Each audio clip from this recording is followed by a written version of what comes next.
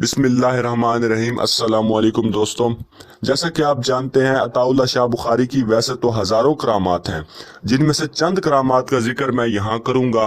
دوستوں، جب شاہ عطا اللہ شاہ صاحب جیل میں تھے تو اس وقت کا ایک واقعہ ہے کہ انہیں بہت ساری گندم کی بوریاں دی گئی کہ ان کا آٹا پیس کر دکھاؤ۔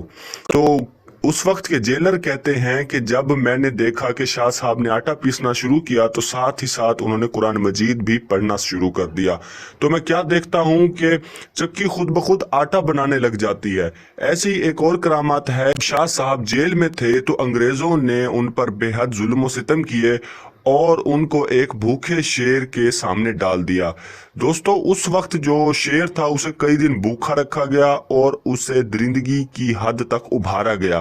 جب شیر بے حد بھوکا تھا اور درندگی کی حد پار کر چکا تھا، انگریزوں نے اس شیر کو شاہ صاحب کی جیل کے اندر ڈال دیا۔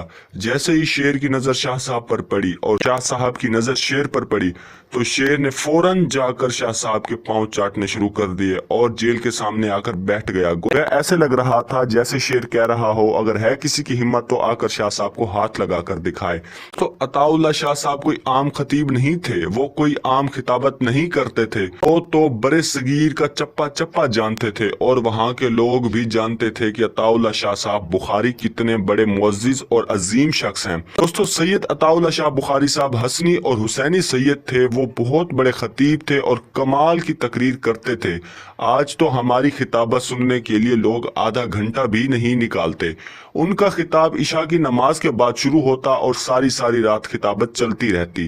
آج کل تو ہماری تقریر سن کر لوگ تھک جاتے ہیں، لیکن ان کی آواز میں ایسی مٹھاس تھی کہ ساری ساری رات تقریر لوگ سنتے تھے اور صبح کی اذان ہو جاتی تھی تو لوگ ان کی منت کرتے تھے کہ شاہ جی مزید تقریر کریں، ہمیں مزید تقریر سناؤ۔